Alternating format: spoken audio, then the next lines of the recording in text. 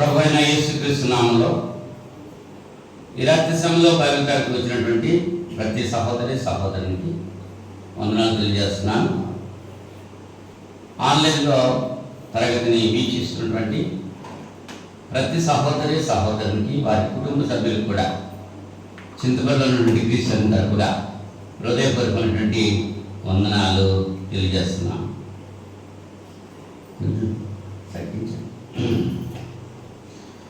అంత బాగున్నారు కదా?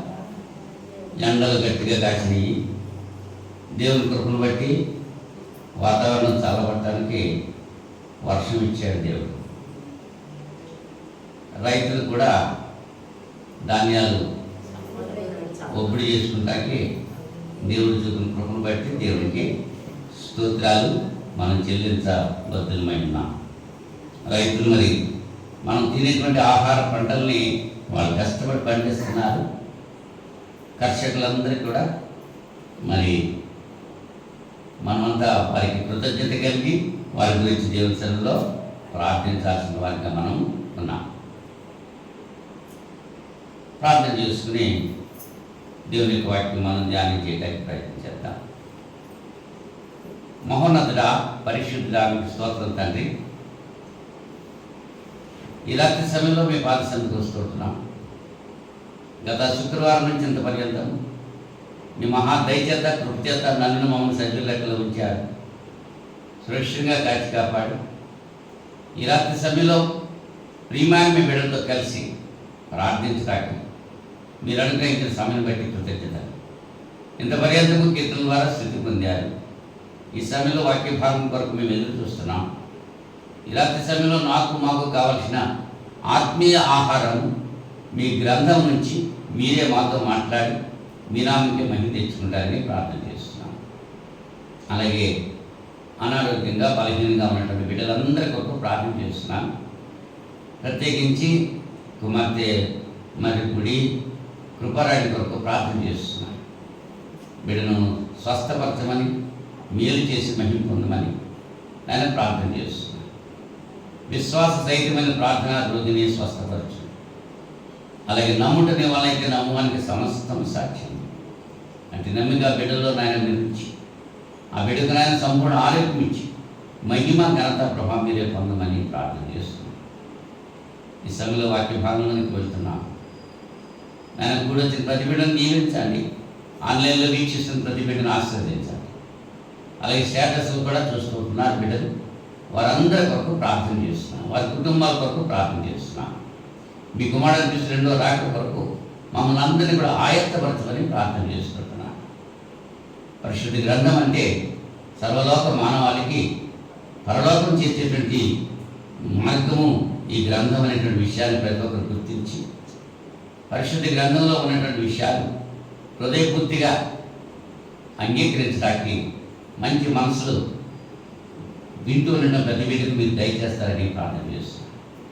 కొద్ది సమయం వాక్యముల ద్వారా లేఖనాల ద్వారా మీరు మాతో మాట్లాడి మీ నామకే మహిమ తెచ్చుకోండి.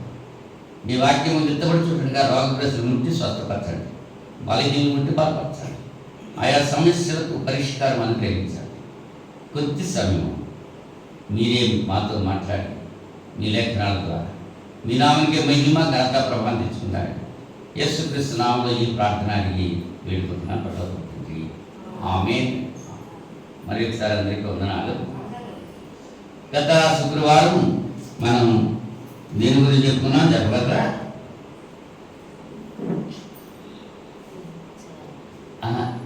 చెప్పలేకపోతున్నారా?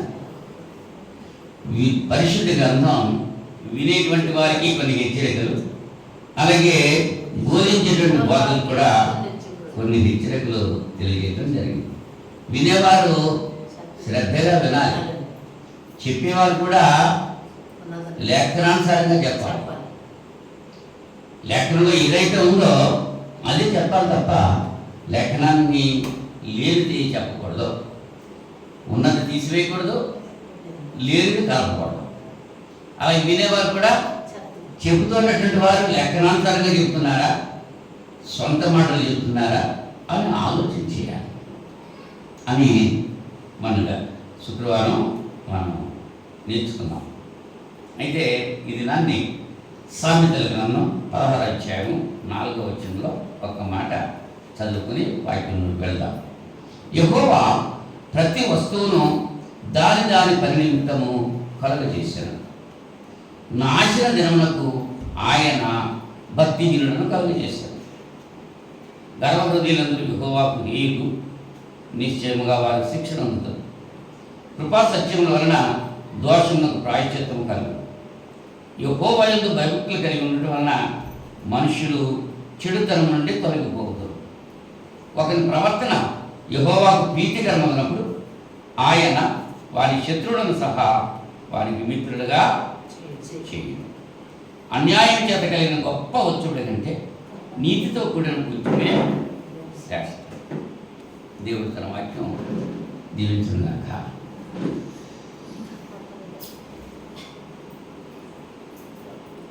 దేవుడు ప్రతి వస్తువును దాని దాని పరిణితితో కలుగజేశాడు. సూర్యుని పని సూర్యుడు చేస్తున్నాడు, చంద్రుడి పని చంద్రుడు చేస్తున్నాడు. సముద్రాలు, పర్వతాలు, వర్షం, చలి, ఇవన్నీ ఎవరి పని వాళ్ళు చేస్తున్నారు. అంటే ఆ పని చేయడానికే ఆ వస్తువుని దేవుడు సృష్టించాడు. మరి రాత్రి సమయంలో మానవుని ఎందుకు సృష్టించాడు?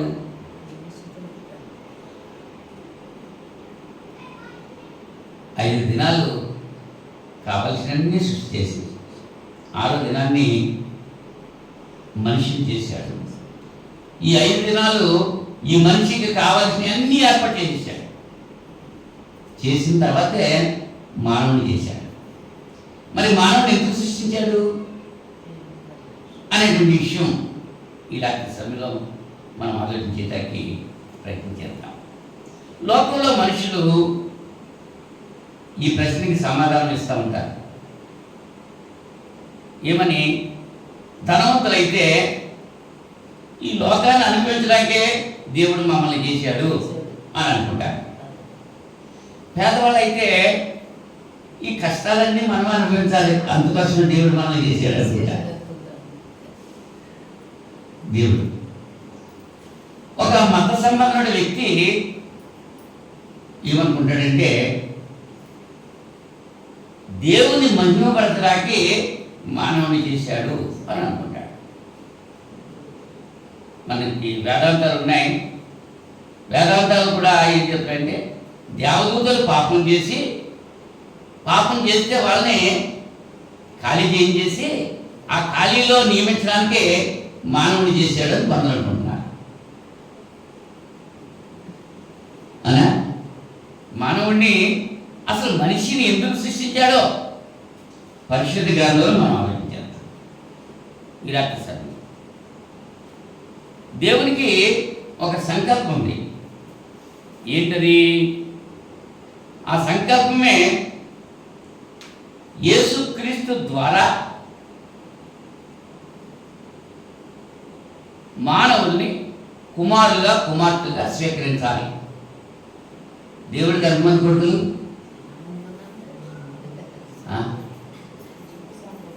సరిగ్గా సమాధానం చెప్పాలి. దేవుడికి ఎంతమంది కొడుకులు? అది కరెక్ట్. అది దేవునికి కుమారుడు ఒక్కడే, దేవుడు ఒక్కడే, ఆయన కుమారుడు ఒక్కడే. కానీ ఒక్కరితో సరిపెట్టుకుంటానికి దేవునికి ఇష్టం అవ్వలేదు. ఇంకా అనేకులు రావాలి కుమారులు. ఆయన అనేక మంది కుమారులు కావాలి. అందుకోసం మానవుని సృష్టించాడు. ఎఫెసీ పత్రిక 1వ అధ్యాయం 4వ వచనం నుంచి మనం చదివితే, ఎఫెసీ పత్రిక 1వ అధ్యాయం 4వ వచనం నుంచి చదువుతున్నాను. 3 నుంచి చదువుతున్నాను. చూడండి. మన ప్రభువైన యేసుక్రీస్తు యొక్క తండ్రి యొక్క దేవుడు స్తుతింపబడును గాక. ఆయన అంటే దేవుడు క్రీస్తు నందు పరలోక విషయంలో ఆత్మ సంబంధమైన ప్రతి ఆశీర్వాదమును మనకు అనుగ్రహించారు. ఇట్లనగా తన ప్రియుని యందు తాను ఉచితముగా మనకు అనుగ్రహించిన తన కృపా మహిమకు కీర్తి కలుగునట్లు తన చిత్త ప్రకారమైన దయా సంకల్పం చొప్పున యేసుక్రీస్తు ద్వారా తనకు కుమారులుగా స్వీకరించుటకై మనలను ముందుగా తన కోసం నిర్ణయించుకొని మనం తన ఎదుట పరిశుద్ధులము నిర్దోషులమై ఉండవల్లని జగత్తు పునాది వేయబడక మునిపే ప్రేమ చేత ఆయన క్రీస్తులో మనలను ఏర్పరచుకున్నాను.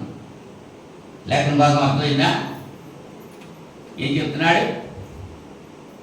యేసుక్రీస్తు ద్వారా కుమారులుగా మనల్ని స్వీకరించడానికి దేవుడు మానవుని సృష్టించాడు. ఆయన బిడ్డలుగా మనం ఉండాలి, ఆయన మనం స్తుతించాలి. అది దేవుని యొక్క సంకల్పం. నా బిడ్డ నాకులాగా ఉండాలి అనుకుంటారు ఎవరైనా?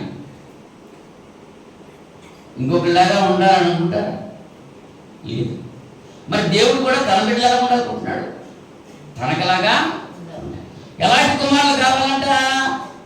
ఈ లేకుండా ఉంది, వాళ్ళు పరిశుద్ధులను నిర్దోషులుగా ఉండాలి. దేవుని బిడ్డలు ఎలా ఉండాలి? పరిశుద్ధులుగా ఉండాలి, నిర్దోషులుగా ఉండాలి అని ఎప్పుడు నిర్ణయించాడు? ఆయన జగత్తు పునాది వేయబడక మునిపే. జగత్తు పునాది వేయబడక మునిపే ఆయన మనల్ని కుమారులుగా స్వీకరించాడు. ఎలాంటి కుమారులు కావాలంట? యేసుక్రీస్తు లాంటి కుమారులు కావాలి. యేసుక్రీస్తు లాంటి కుమారులు, చిన్న యేసుక్రీస్తులు అన్నమాట. యేసుక్రీస్తు లాంటి కుమారులు ఉండాలి నాకు అని దేవుడు ఏం చేశాడంటే యేసుక్రీస్తుతో సారూప్యం గలవారుగా ఉండాలి అని. ఎందుకంటే యేసుక్రీస్తు జ్యేష్ఠుడు అవ్వాలి. ఎప్పుడు జ్యేష్ఠుడు అవుతాడు? మనం కుమారులు అయితే ఆయన జ్యేష్ఠుడు అవుతాడు. తన కుమారుడు అనేకుల్లో జ్యేష్ఠుడు అగునట్లుగా అని రాయబడింది. అంటే తండ్రి అయినటువంటి దేవుడు మన ప్రభు అయిన యేసుక్రీస్తు యొక్క తండ్రి. దేవుడు యేసుక్రీస్తుకు తండ్రి, మనకే తండ్రి. మరి యేసుక్రీస్తు మనకెవరు? అన్న. అవునా? అన్న. ఆయన పెద్ద అన్న అన్నమాట, జ్యేష్ఠ పుత్రుడు దేవునికి. మనము దేవుని బిడ్డలమే.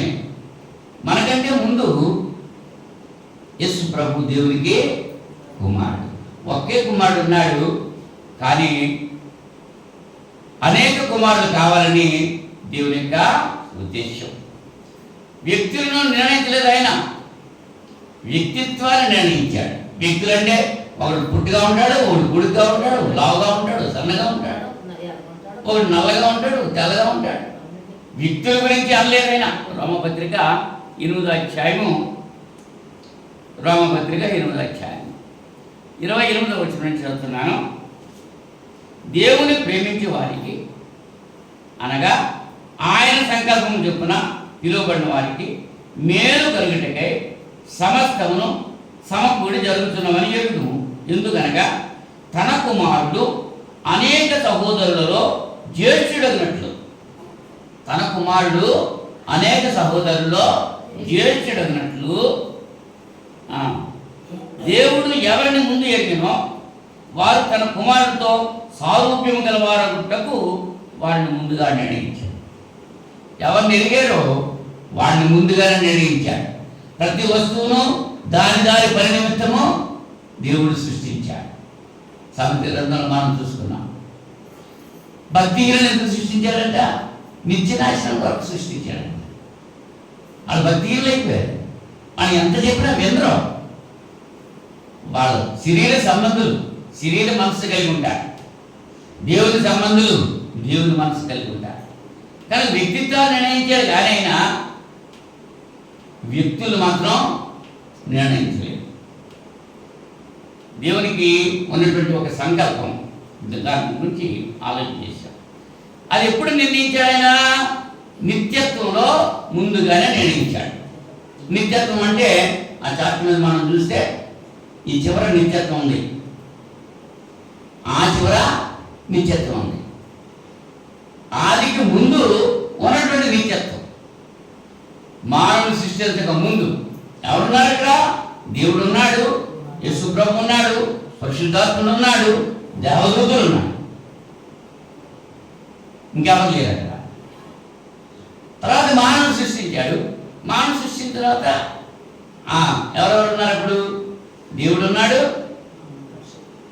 యేసుక్రీస్తు ఉన్నాడు, పరిశుద్ధాత్ముడు ఉన్నాడు, దేవదూతలు ఉన్నారు, మానవుడు. అవునా? ఏ వస్తువుని ఎందువరకు నియమించాడో, సృష్టించాడో ఆ వస్తువు ఆ పని చేస్తూనే ఉంది. ఒకటి చేయకపోతే అది, ఇప్పుడు ఫ్యాన్ ఎందుకు చేసుకుంటాం? గాలి రావడం వల్ల. అది చేరట్లేదు అనుకో, దాన్ని ఏం చేస్తాం? తీసి అవతల పడేస్తాం, రిపేర్ చేస్తాం. మనం ఫ్యాన్, చిన్న ఫ్యాన్ ఉండేది, దాన్ని పని చేయట్లేదు, గుడి బయటకు వెళ్ళాను, ఇది పని రాదన్నాడు, బాగు చేయడే పని రాదన్నాడు, తీసి అవతల పడేది. అది పనికొస్తేనే మనకు కావాలి. అలాగే దేవుడు మనల్ని ఏర్పాటు చేసుకున్నాడు, ముందుగా నిర్ణయించుకున్నాడు, నిత్యత్వంలో నిర్ణయించుకున్నాడు. అనేక మంది క్రీస్తులాంటి కుమారులు కావాలని కోరుకున్నాడు ఆయన. మనిషి పాపిగా మారిపోయాడు. దేవుడు నరులను యథార్థవంతులుగా సృష్టించాడు, కానీ వాళ్ళు ఎదిగిన తర్వాత తంత్రాలు కల్పించుకున్నారు. అవునా? అయితే అందులో దేవుడు పిలిచాడు మనల్ని. ఎలా పిలిచాడు? సువార్త ద్వారా పిలిచాడు. సువార్త ద్వారా దేవుడు మనల్ని పిలిచాడు. పాపిగా మారిపోయిన మనిషిని పరిశుద్ధులుగా చేయటానికి, నీతిమంతులుగా చేయడానికి ఆయన మనల్ని పిలిచాడు సువార్త ద్వారా. ప్రయాసపడి భారం అవుతున్న సమస్తమైన వాళ్ళరా నా దగ్గరికి రండి, నేను మీకు విశ్రాంతి కలుగు చేస్తానన్నాడు. కుమారి ఏం చేస్తానన్నాడమ్మా? ఏం చేస్తానన్నాడు? ఏమి ఇస్తానన్నాడు? విశ్రాంతి. ఎప్పుడు ఇస్తానన్నాడు? ఆయన దగ్గరికి వస్తేనా? మన దగ్గరికి వచ్చి ఇస్తాడు ఆయన. నా దగ్గరికి రండి, నేను మీకు ఇస్తానన్నాడు. దేవుని ప్రేమించే వారికి అందరికీ కాసుమా, ఎవరైతే దేవుని ప్రేమిస్తారో వారికి సమస్తము సమకూడి జరుగుతున్నాయి, నీతిమంతులుగా తీర్చబడుతున్నాడు. నీతిమంతులు అంటే అర్థం ఏంటి? ఎన్నడూ పాపం చేయని వాడు. మరి మనం అందరూ పాపం చేయకుండా కానీ క్రీస్తు రక్తంలో మనం కడగబడి నీతిమంతులుగా తీర్చబడ్డాం. దేవుడు మనల్ని తన కుమారులుగా, తన కుమార్తెలుగా, తన కుమారుడు ఎటువంటి స్థితిలో ఉన్నాడో, ఎటువంటి పరిస్థితి కలిగి ఉన్నాడో అటువంటి పరిస్థితిలో మనం ఉండాలి, ఆ లక్షణాలు మనకు ఉండాలి అని చెప్పి దేవుడు ఆశిస్తున్నాడు. అందుకోసం మనల్ని చేశాడు. దేవుడు మానవుని ఎందుకు సృష్టించాడంటే దేవునికి ఒక ఉన్నటువంటి సంకల్పం నెరవేరటానికి మానవుడిని సృష్టించాడు. క్రీస్తు యొక్క స్వభావము మనం కలిగి ఉండాలి అనేటువంటి విషయం ఇక్కడ ఆలోచన చేస్తున్నాం. మత్తయి సువార్త 7వ అధ్యాయము 21వ వచనంలో ప్రభువా ప్రభువా అని పిలిచి ప్రతివాడు పరలోక రాజ్యంలో ప్రవేశింపడు, కానీ పరలోకమందున నా తండ్రి చిత్త ప్రకారం చేయవాడే ప్రవేశించు. ప్రభువా ప్రభువా పిలిచినంత మాత్రాన పరలోక రాజ్యంలోకి వెళ్ళే అవకాశం ఉండదు. ఎవరు చెప్తున్నారు ఈ మాట? యేసు ప్రభువా చెప్తున్నారు. నా తండ్రి చిత్త ప్రకారం చేయవాడే ప్రవేశించును. ఆ దినమందు అనేకులు నన్ను చూసి ప్రభువా ప్రభువా మేము నీ నామమును ప్రవచింపలేదా, నీ నామమును దయ్యములు వెళ్ళగొట్టలేదా, నీ నామమును అనేకమైన అద్భుతములు చేయలేదా అని చెబుతారు. ఏమ్మా బంగారి? అప్పుడు నేను మిమ్మల్ని ఎన్నడూ ఎన్నడూ అక్రమం చేయవాలారా నా ఎదుటి పొండి అని వాటిలో చెప్పు. కాబట్టి నా మాటలు విని వాటి చొప్పున చేయి ప్రతివాడును బండ మీద కన్నీళ్ళు కట్టుకున్న బుద్ధిమంతునే. ఎవరు చెప్పిన మాట మీది? యేసు ప్రభు చెప్పిన మాట.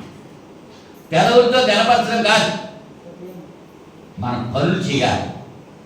ఆయన ప్రేమిస్తున్నామని మాటలు చెప్పడం కాదు, ఆయన ఏదైతే చెప్పాడో ఆ క్రియలు చేయాలి. సమాధానం కలిగి ఉంటాం. ఏంటి? క్రీస్తు యొక్క స్వభావం మనకు కలిగి ఉంటే మనకి లాభం ఏంటి? కుమారి ఉంది, ఆమె కోడలతో సమాధానం కలిగి ఉండాలి. క్రీస్తు యొక్క స్వభావం కలిగి ఉన్నటువంటి వారు ఓ అత్తగారు కోడలో ఎలా ఉండాలి? తల్లి బిడ్డలాగా ఉండాలి. అవునా? భార్య భర్తలు ఎలా ఉండాలి? దేవుడిచ్చిన భార్య అని భర్త అనుకోవాలి, దేవుడిచ్చిన భర్త అని భార్య అనుకోవాలి. అంటే క్రీస్తు యొక్క స్వభావం ఉన్నటువంటి వ్యక్తులు అలా ప్రవర్తిస్తారు. నిత్య జీవం వస్తుంది. అప్పుడు ప్రభువా ప్రభువా అని పిలిచినంత మాత్రాన కాదు. పురుషులారా మీ భార్యలను ప్రేమించండి. ఎఫెసీ పత్రిక 5వ అధ్యాయంలో చెప్తున్నాడు. భర్తలారా మీ భార్యలను ఎలా ప్రేమించాలంటే మీ శరీరాన్ని ఎలా ప్రేమించుకుంటున్నావో అలా ప్రేమించాలి. స్త్రీలారా ప్రభువుకు వలె మీ భర్తలకు లోబడి ఉండండి అన్నాడు. ఎలా లోబడాలి?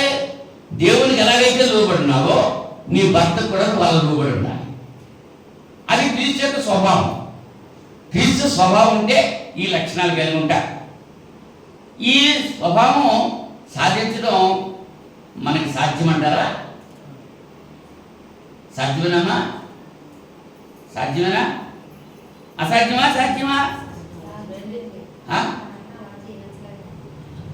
జీవించలేకపోవడం కాదు, జీవించగలమా లేదా? దేవుని సంబంధించిన వాడు జీవిస్తాడు, లోక సంబంధం జీవించలేడు.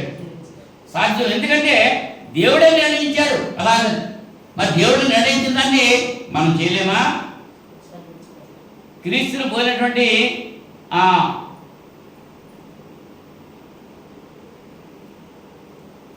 రీతిగా పౌలు గారు అంటున్నాడు, నేను క్రీస్తును పోలి నడుచుకున్న ప్రకారం మీరు నన్ను పోలి నడుచుకోండి. కొరింథీ మొదటి పత్రిక 11వ అధ్యాయం. కొరింథీ మొదటి పత్రిక 11వ అధ్యాయం మొదటి వచనంలో పౌలు గారు ఏం చెప్తున్నారు? ఆయన జీవించాడా లేదా? నేను క్రీస్తును పోలి నడుచుకొనుచున్న ప్రకారము మీరును నన్ను పోలి నడుచుకోండి. మీరు అన్ని విషయంలో నన్ను జ్ఞాపకం చేసుకోవచ్చు. నేను మీకు అప్పగించిన కట్టడలను కైకొంటున్నారని మిమ్మల్ని మెచ్చుకొనుచున్నాను. ప్రతి పురుషునికి శిరస్సు క్రీస్తునియు, స్త్రీకి శిరస్సు పురుషుడనియు, క్రీస్తుకు శిరస్సు దేవుడనియు మీరు తెలుసుకొనవలని కోరుచున్నాను. సాధ్యమా? అసాధ్యమా? క్రీస్తు సాధించడం సాధించడం సాధ్యమే. ఎవరికి సాధ్యం? ఆయన యందు భయభక్తులు గల వారికి సాధ్యం. ఆయన అంటే ఆయన మాటలు నచ్చిపెట్టే వారికి సాధ్యం. ఆయన బాటలో నడిచే వారికి సాధ్యం. ఆయన మాటలు లక్ష్యం లేదు, ఆయన మాట అంటే నీకు లెక్కలేని తరంగా జీవిస్తున్నావు. అటువంటిప్పుడు నీకు అసాధ్యమవుతుంది. స్టెఫన్ అన్నాడు, ఆయన పౌలు గారు జీవించాడు అలాగా. ఎలాగా? నా మట్టుకైతే బ్రతుకుట క్రీస్తే, చావైతే లాభం. ఒకనొక సందర్భంలో పౌలు గారిని కొట్టేసి, రాళ్ళతో కొట్టేసి కాలు తాడు కట్టి ఆ రోడ్డు పక్కకి నీడ్చేశాడు. కాదు ఎందుకోసం అంట? ఏం తప్పు చేశాడు ఆయన? మనకి ఆ చర్చి బిల్డింగ్కి రావడానికి, ఆరాధనకి రావడానికి ఆటంగా రాలేకపోతుంది. ఆయన చెప్పాడు, ఎన్ని శ్రమలు అనిపించాడండి. సమస్తాన్ని క్రీస్తు వరకు నేను పెంటగా ఎంచుకున్నాను అంటున్నాడు. ఏవేవి నాకు లాభకరంలో వాటన్నిటినీ కూడా క్రీస్తు నిమిత్తము నష్టంగా ఎంచుకున్నాను అంటున్నాడు. మరి మనం ఏం చేస్తున్నాం? అన్నీ సంపాదించు, అన్నీ రావాలి. క్రీస్తు ఉన్నా లేకపోయినా మనకి ఇబ్బంది లేదు. మిగిలిన లోకమంతా కావాలి. మనం లోకానికే ప్రథమ స్థానం ఇస్తూ ఉంటాం, దేవునికి ప్రథమ స్థానం ఇవ్వడం. అటువంటి వాళ్ళకి ఇది అసాధ్యమే. క్రీస్తు స్వభావం ఉంటే మొట్టమొదట నువ్వు దేవుని సన్నిధిలో ప్రార్థన చేస్తావు, అది నీకు సాధ్యం. స్టెఫన్ గురించి మనం ఆలోచన చేస్తే అపొస్తలుల కార్యాలు 7వ అధ్యాయం 60వ వచనంలో ఈయన గారిని రాళ్లతో కొట్టి చంపేస్తున్నారు. స్టెఫన్ గారిని రాళ్లతో కొట్టి చంపుతున్నారు. మనమైతే ఏం చేస్తాం అటువంటి పరిస్థితుల్లో? ఈవేళ ప్రవీణ్ పగడాలని హత్య చేసినందుకు ఎన్ని గొడవలు అయిపోతున్నాయి, ఎంతమంది ఇబ్బంది పడుతున్నారు. మరి పౌలు చంపినప్పుడు ఏమన్నా అన్నారా? ఎవరన్నా గొడవ చేశారా? పేతురుని చంపినప్పుడు ఏమన్నా గొడవ చేశారా? మార్కుని శిరచ్ఛేదం చేసినప్పుడు ఏమన్నా అన్నారా? ఎవరు లేదు. మరి ఇప్పుడు ఏమవుతుంది? యేసుప్రభు ఏం చెప్తున్నాడు? 8వ అధ్యాయం స్టెఫను 7వ అధ్యాయము 60వ వచనంలో అతడు మోకాళ్ళుని ఎప్పుడు 54 నుంచి మనం చదివి ఇంకా 51వ వచనం నుంచి మనం చదివితే అర్థమవుతుంది. ముష్కరులారా, హృదయములను చెవులను దేవుని వాక్యమునకు లోపరచనొల్లని వారలారా, మీ పితరుల వలె మీరు ఎల్లప్పుడూ పరిశుద్ధాత్మను ఎదిరించుతున్నాడు. మీ పితరులు ప్రవక్తలలో ఎవరిని హింసింపగలిగింది?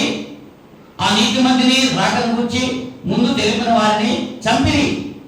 ఆయనను మీరు ఇప్పుడు అప్పగించి హత్య చేసిన వారైతే దేవదూతల ద్వారా నియమింపబడిన ధర్మశాస్త్రమును మీరు పొందితిరి, కానీ దాన్ని కైకొనలేదు.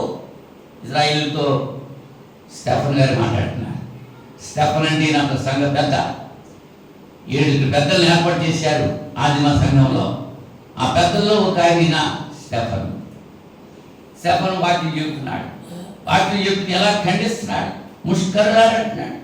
దేవునికి మీ హృదయాలు ఇవ్వట్లేదు, మీ చెవులు ఇవ్వట్లేదు. ప్రార్థన వస్తారా? నిద్ర వస్తారా? చెవులు ఇవ్వట్లేదు, కళ్ళు ఇవ్వట్లేదు. ఎందుకు వస్తున్నారు మీరు? ఇంటి దగ్గర నిద్ర పట్టక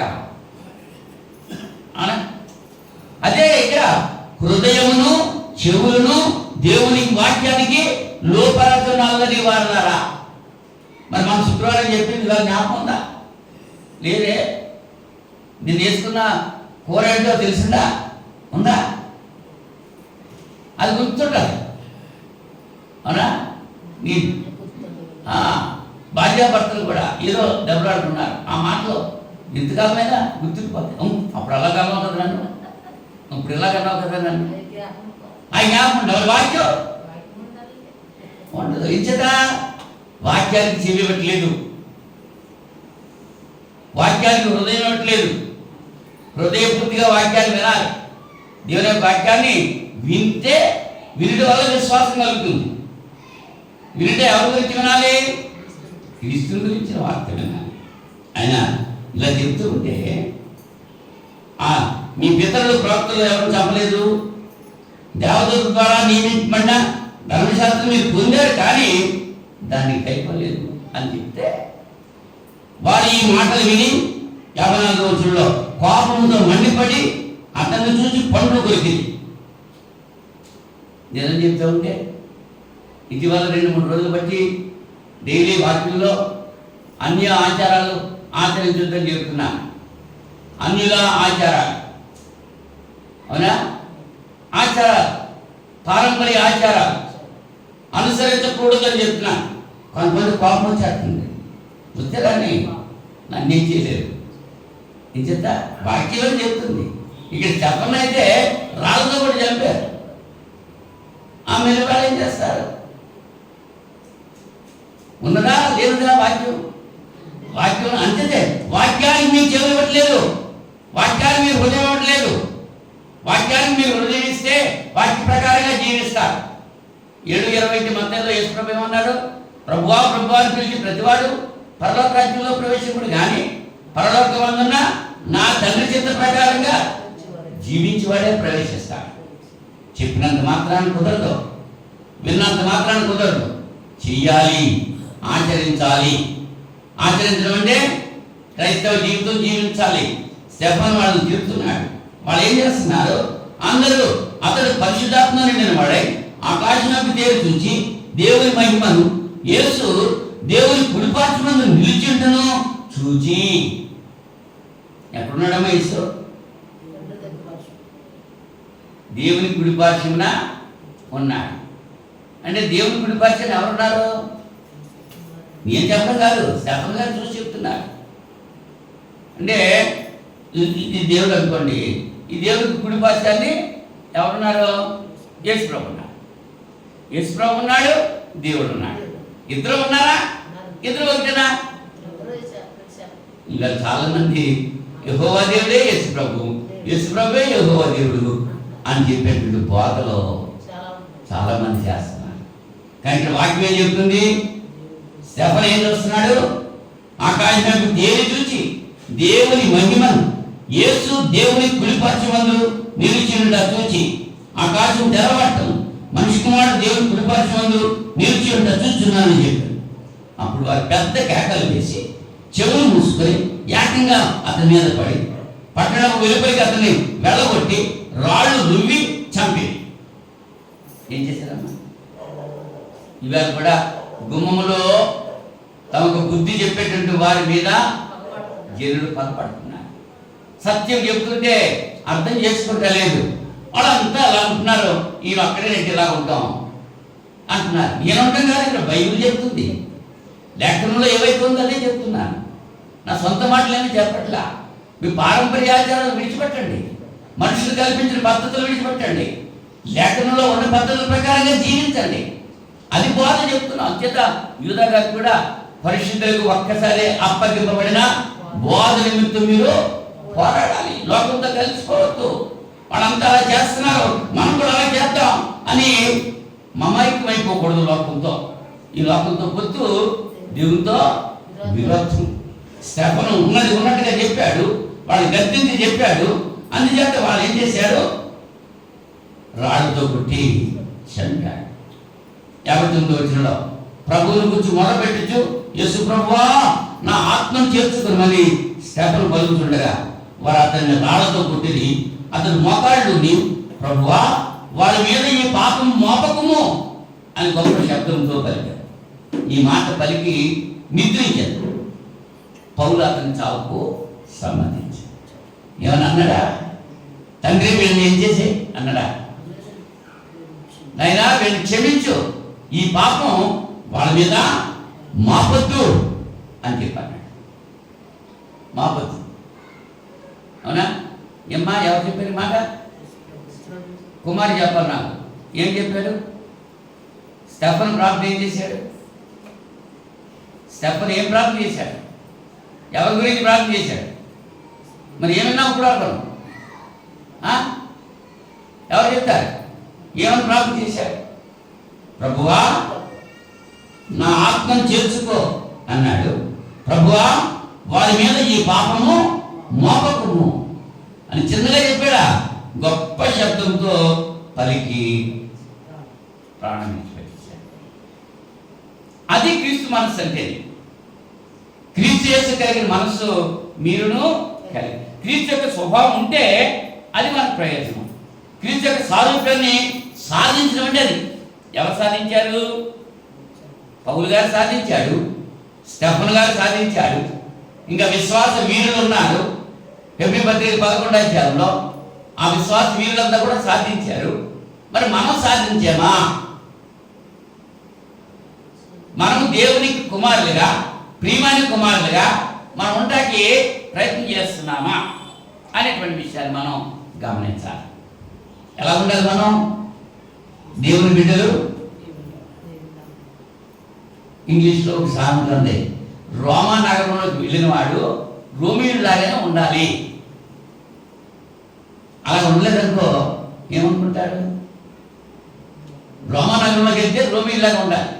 ఇప్పుడు చింతపల్లి వస్తే చింతపల్లిలో అలాగే ఉన్నారు, అలాగే ఉండాలి. అలా నిర్వాహం ఉండాలి కదా. చింతపల్లిలో అలా ఉండాలి. దేవుని మాట అక్కర్లే, దెయ్యాలే కావాలి, డప్పులు కావాలి, కంజీలు కావాలి, తప్పట్లు కావాలి, గంతులు కావాలి, నెత్తి మీద చెయ్యేసి ప్రార్థనలు కావాలి. దేవుడు ఆత్మ కనుక ఆయన ఆరాధించేవారు ఆత్మను సత్యంలో ఆరాధించమంటే ఈ డప్పులు కంజీలు పెట్టుకుని దోలకులు కొట్టుకుంటూ గంతులు వేసుకుంటూ అది కావాలనుకుంటున్నాడు. అది కావాలా? దేవుడు చెప్తున్నాడా? అది అన్య ఆచారాలు, పారంపర్య ఆచారాలు, వాటిని విడిచిపెట్టమని చెప్పి దేవుని యొక్క వాక్యం సెలవిస్తాం. ఎంతమంది దేవునికి కుమారులు కావాలి? ఎంతమంది కావాలనుకుంటున్నాడు దేవుడు? ఆయన సృష్టించిన వాళ్ళంతా కావాలనుకుంటున్నాడు. ఆయన బిడ్డలందరూ కూడా ఆయనలాగా ఉండాలనుకుంటున్నాడు. కానీ కొంతమంది ఏం చేస్తున్నారు? ఆయన విడిచిపెట్టేసి దూరంగా వెళ్ళిపోతున్నారు. వెళ్ళిపోతున్నారు కదా అనుకుంటున్నాడు ఆయన. లోబడనొల్లని ప్రజల వైపు దినమెల్ల నా చేతులు చాపుచున్నాను అంటున్నాడు. ఆయన చేతులు చాపి కొంది ఇంకా దూరంగా వెళ్ళిపోతున్నారు కొంతమంది. ఆరాధనకు రావడం మానేస్తున్నారు. కష్టం వచ్చినప్పుడు ప్రార్థన చేయమని అడగటం మానేస్తున్నారు. లేకపోతే వాళ్ళు వచ్చి ప్రార్థన చేసుకోవటం మానేస్తున్నారు. ఎవరు కావాలనుకుంటున్నారు? లోకమే కావాలనుకుంటున్నారు, కానీ దేవుడు కావాలని అనుకుంటారు. అతడు స్టెఫను మోకరించి ప్రార్థన చేస్తున్నాడు. అంత కష్టాలు మనకు ఉన్నాయా? పౌరుని కొట్టేసి కాలుకు తాడు కట్టి లాగేశారు. అటువంటి కష్టాలు మనకు ఉన్నాయా? ఏమా కుమారి, చాలాసార్లు చెప్తున్నాను నీకు, ఉన్నాయా? అటువంటి కష్టాలు ఏమైనా ఉన్నాయా మనకి? మరి కష్టాలు లేనప్పుడు దేవుని సన్నిధిలో మనం నిందారీతిగా జీవితానికి ఇబ్బంది ఏంటి? హెబ్రీ పత్రిక 2వ అధ్యాయం. హెబ్రీ పత్రిక 2వ అధ్యాయం.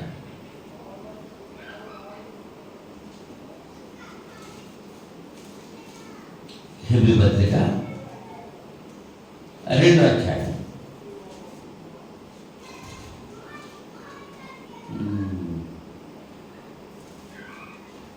ఇరుగా చూడండి. నీ చేతి పనుల మీద వారికి అధికారం అనుగ్రహించింది, వారి పాదముల క్రింద సమస్తమును ఉంచింది. ఆయన సమస్తమును వారికి లోపరిచినప్పుడు వారికి లోపరచకుండా దీనిని విడిచిపెట్టలేదు. ప్రస్తుతమందు మనం సమస్తమును వారికి లోపరచబడ్డ ఇంకా చూడలేదు, కానీ దేవుని కృప వలన ఆయన ప్రతి మనుష్యుని కొరకు మరణం అనుభవించినట్లు దూతల కంటే కొంచెము తక్కువ వాడిగా చేయబడిన యేసు మరణం పొందినందున మహిమా ప్రభావంతో కిరీటము ధరించు అనిగా ఆయన చూస్తున్నా. ఎవరి నిమిత్తము సమస్తమును ఉన్నవో, ఎవరి వలన సమస్తమును కలుగుతున్నావో ఆయన అనేకమైన కుమారులను మహిమకు తెచ్చుచుండగా వారి రక్షణకర్తలు శ్రమల ద్వారా సంపూర్ణంగా చేయుట ఆయనకు అనేక మంది కుమారులు కావాలంట. ఎవరికే? దేవునికి అనేక మంది కుమారులు కావాలి. ఎవరి వల్ల సమస్య కలుగుతున్నావో, ఎవరి నిమిత్తం సమస్య ఉన్నవో ఆయన అనేకమైన కుమారులను మహిమకు తెచ్చుతున్నాడు. వారి రక్షణకర్త ఎవరైనా రక్షకుడు పాట పాడతాగా, రక్షకుడా యేసు ప్రభువు అని పాట పాడతాడు. ఆయన శ్రమల ద్వారా సంపూర్ణంగా చేయి. ఎలా సంపూర్ణయ్యాడైనా? శ్రమల ద్వారా సంపూర్ణయ్యాడు. ఆయన ముఖం మీద ఉమ్మూశాడు, ఆయన నెత్తి మీద ముళ్ళ కిరీటం పెట్టాడు, ఆయన వీపు మీద కొరడాలతో కొట్టాడు, అన్నింటినీ సహించుకున్నాడు, ఓర్చుకున్నాడు. బరువైన శిలువ ఆయన భుజం మీద పెట్టి నడిపించాడు. చెప్పులు లేకుండా కాళ్ళతో నడిపించే రాళ్ళ మీద ముళ్ళు. ఈ శ్రమలన్నీ అనుభవించడం ఎవరి కోసం? అదే ఆయన ఏం చేస్తున్నాడు? ఆయన అనేకమైన కుమారులను మహిమను తెచ్చుండగా వారి రక్షణకర్తను శ్రమల ద్వారా సంపూర్ణులుగా చేయుట ఆయనకు తగును. శ్రమల ద్వారా సంపూర్ణత. అలాగే మనం కూడా శ్రమలో వచ్చినప్పుడు ఓర్చుకుని సహించుకుని ముందుకు సాగాలి. మనం ఏం చేస్తాం? శ్రమ వచ్చినప్పుడు దేవుడు అక్కర్లేదు మనకి, కంగారుగా వెళ్ళిపోతాం. ఎక్కడికి వెళ్తావు? దేవుని విడిచి నువ్వు ఎక్కడికి వెళ్తే బాగుపడతావు? దేవుని విడిచి, దేవుని సన్నిధిని విడిచి నువ్వు ఎక్కడికి వెళ్తే? దావీదు ఏమంటున్నాడు? నేను ఎక్కడికి వెళ్ళినా నువ్వు అక్కడ ఉన్నావు అంటున్నాడు. నేను పాతాళానికి వెళ్ళినా అక్కడ ఉన్నావు, ఎక్కడికి ఆకాశంలోకి వెళ్ళిపోయినా అక్కడ. దేవుడు లేని చోటు ఎక్కడ ఉంది? దేవుడు నిత్యుడు. దేవుడు లక్షణాల గురించి తెలియజేసినప్పుడు చెప్పాను.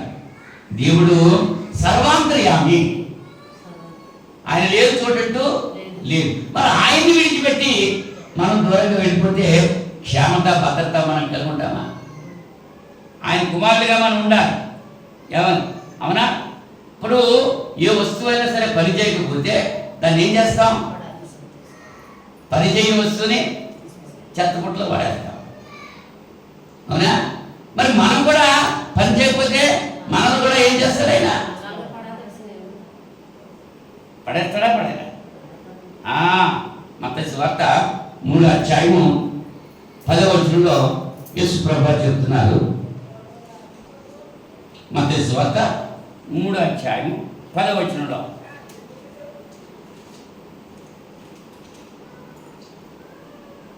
ఇప్పుడే గొడ్డలి చెట్ల వేరున ఉంచబడి ఉన్నది కనుక మంచి ఫలము ఫలింపని ప్రతి చెట్టును నరకబడి అగ్నిలో వేయబడు.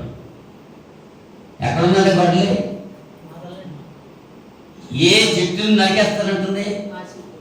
ఫలము ఫలించని, మంచి ఫలాలు ఫలించని చెట్టుని నరికివేస్తారు. చెడ్డ ఫలాలు ఫలించేస్తున్నారు. గలతీ పత్రికలో మనం చూస్తాం, ఆత్మఫలం గురించి చూస్తాం, శరీర కార్యాల గురించి చూస్తాం. ఆత్మఫలం మనం ఫలిస్తే దేవుడు మనల్ని దీవించి ఆశ్రయిస్తాడు. శరీర కార్యాలు చేస్తే ఆ గొడ్డలి అక్కడే ఉంది. ఇప్పుడే గొడ్డలి చెట్ల వేరున ఉంచబడి ఉన్నది కనుక మంచి ఫలము ఫలింపని ప్రతి చెట్టును నరకబడి అగ్నిలో వేయబడి. ఎంతమంది దేవుని కుమారులు కావాలి? ఆ కుమారులు ఎలా ఉండాలి? క్రీస్తు యొక్క సారూప్యంలో ఉండాలి. మనం ఎలా ఉన్నాం? ఈ రాత్రి సమయంలో ఆలోచన కలిగి ఉన్నాం. దేవుని బిడ్డగా మనం ఉన్నామా? దేవుని కుమార్తెగా, దేవుని కుమారుడిగా మనం ఉన్నామా? ఎవరి మట్టికి వాళ్ళే ఆలోచన చేసుకోవాల్సిన అవసరం ఉంది. క్రీస్తు యొక్క స్వభావం మన మీద ఉందా, మనలో ఉందా? ఫిలిప్పీ పత్రికలో 2వ అధ్యాయము, ఫిలిప్పీ పత్రిక 2వ అధ్యాయం. పౌలు గారు ఫిలిప్పీ సంఘంతో మాట్లాడుతూ 2వ అధ్యాయం అంటున్నాడు, 5వ వచనంలో క్రీస్తు యేసునకు కలిగిన ఈ మనసు మీరును కలిగి ఉంది. 4వ వచనం చూడండి, మీలో ప్రతివాడును తన సొంత కార్యములను మాత్రమే కాక ఇతరుల కార్యములను కూడా చూడవలెను. క్రీస్తు యేసునకు కలిగిన ఈ మనసు మీరును కలిగి ఉండి, ఆయన దేవుని స్వరూపము కలిగిన వాడయ్యుండి దేవునితో సమానంగా ఉండడం విడిచిపెట్టకూడని భాగ్యం ఎంచుకోలేదు. కానీ మనుషుల కోరికగా పుట్టి దాసుని స్వరూపం ధరించుకొని తను తానే రిక్తునిగా చేసుకున్నాడు. మరియు ఆయన ఆకారమును మనుషుడిగా కనబడి మరణం పొందినంతగా, అనగా శిలువ మరణం పొందినంతగా విధేయత చూపిన వాడై తను తాను తగ్గించుకునేను. అందుచేతను పరలోకమందు ఉన్న వారిలో కానీ, భూమి మీద ఉన్న వారిలో కానీ, భూమి క్రింద ఉన్న వారిలో కానీ ప్రతివారి మోకాలను యేసు నామమున ఉందినట్లు ప్రతివారి నాలుకయు తండ్రి అయిన దేవుని మహిమార్థమై యేసు క్రీస్తు ప్రభువుని ఒప్పుకున్నట్లును దేవుడు ఆయన అధికంగా హెచ్చించి ప్రతి నామమునకు పైనామమును ఆయనకు అనుగ్రహించారు. ఎవరు హెచ్చించారమ్మా? ఎవరిని హెచ్చించారు? అది దేవుడు తన కుమారుడైన క్రీస్తుని హెచ్చించాడు. మరి దేవుడు క్రీస్తు ఇద్దరు ఒకటే అని చెప్పే వాళ్ళకి ఈ మాట ఎలా అర్థమవుతుంది? తండ్రి అయిన దేవుడు, యేసు ప్రభు గారు కూడా శిష్యులు మాకు ప్రార్థన చేయడం మాకు నేర్పించదు అన్నారు. అప్పుడు ఏమని చెప్పాడు ఆయన? పరలోకమందున్న మా తండ్రి అని ప్రార్థన చేయడం ప్రారంభం చేశాడు. శ్రేష్టమైన ప్రతి ఇవి కూడా ఎక్కడి నుంచి వస్తుంది? తండ్రి అని దేవుని దగ్గర నుంచి వస్తుంది. ఎక్కడికి వస్తుంది? సంఘంలోకి వస్తుంది. ఆయన కుమారుడైన క్రీస్తు ద్వారా వస్తుంది. మన విజ్ఞాపనలు తండ్రి అయిన దేవునికి ఎలా వెళ్తున్నాయి? ఆయన కుమారుడి ద్వారా వెళ్తున్నాయి. అని చెప్పి మన ప్రార్థన ఆఖరి ఏమంటున్నాం? యేసుక్రీస్తు నామంలో వేడుకుంటున్నాం తండ్రి అంటున్నాం. మన ప్రార్థనలేమో యేసుక్రీస్తు ద్వారా దేవుని తండ్రికి వెళ్తున్నాయి. దేవునికి ఆశీర్వాదాలేమో యేసుక్రీస్తు ద్వారా మనకు వస్తున్నాయి. దేవుడికి మానవుడికి మధ్యవర్తి ఒక్కడే, ఆయన యేసుక్రీస్తును ఉన్నాడు. ఆయన దేవ మానవుడు, ఆయన దేవుడు మానవుడు కూడా. అది ఎందున్న వాక్యమే ఏమైంది? కృపా సత్య సంపూర్ణుడిగా మన మధ్య నివాసం చేశాడు. దేవుడు వెళ్ళమంటే వచ్చాడు ఆయన. దేవుడు చెయ్యమంటే చేశాడు. దేవుడు చనిపోమంటే చనిపోయాడు.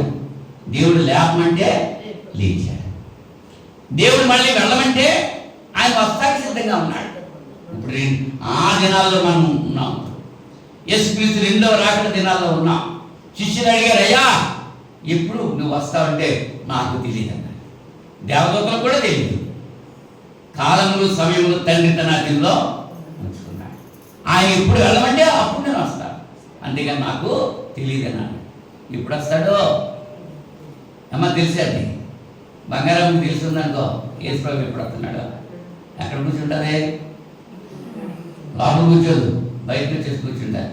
ఇప్పుడు వెళ్ళిపోతాం కదా. కనుక ఆయన ఎప్పుడు వస్తాడో మనకు తెలియదు. అటువంటి పరిస్థితిలో మనం ఉన్నప్పుడు లోకుల వల్లే మనం ఉండకూడదు, అందుల వల్లే మనం జీవించకూడదు. దేవుని కుమారులుగా, దేవుని కుమార్తెలుగా మనం జీవించాలి. దేవుడు పరిశుద్ధుడు, ఆయన కుమారుని క్రీస్తు పరిశుద్ధుడు, ఆదరణకర్త ఆయన ఆత్మ పరిశుద్ధుడు, ఆయన ఇచ్చిన వాక్యము పరిశుద్ధమైనది. ఆయన కలిగినట్టు మనం కూడా పరిశుద్ధులుగా ఉండాలి. అందుకోసం దేవుడు మానవుని సృష్టించాడు. కానీ మానవుడు ఏం చేసుకుంటున్నాడు? దేవుడు విడిచిపెట్టి సాధారణ వెంట వెళ్ళిపోతుంటే పాపం దేవుడు ఏమంటున్నాడు?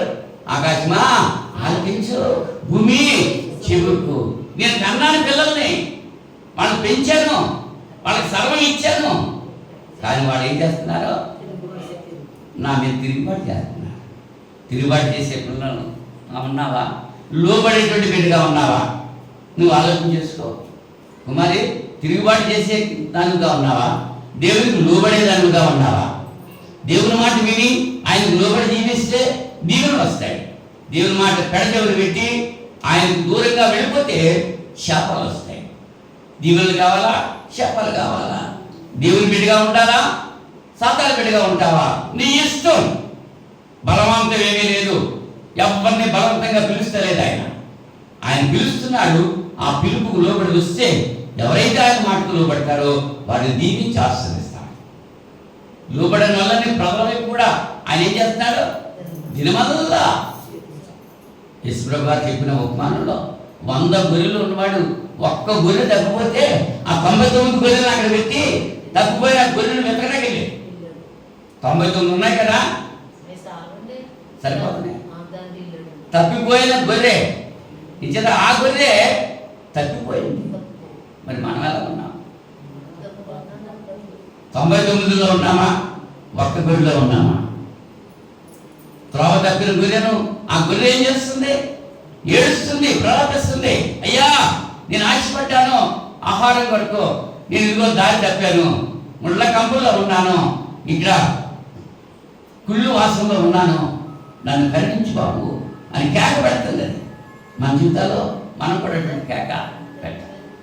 దేవుని సన్నిధిలో నాయనా నిన్ను విడిచాను, నేను దూరంగా వెళ్ళిపోయాను, నీ దీవెనలు నేను కోల్పోయాను, నన్ను క్షమించు, నీ కుమారుడిగా నన్ను అంగీకరించు, నీ కుమార్తెగా నన్ను స్వీకరించు అని ఎవరైతే హృదయపూర్తిగా పశ్చాత్తాపంతో ప్రార్థన చేస్తారో వారి మనకు దేవుడు ఆలకిస్తాడు, కుమారులుగా కుమార్తెలుగా స్వీకరిస్తాడు.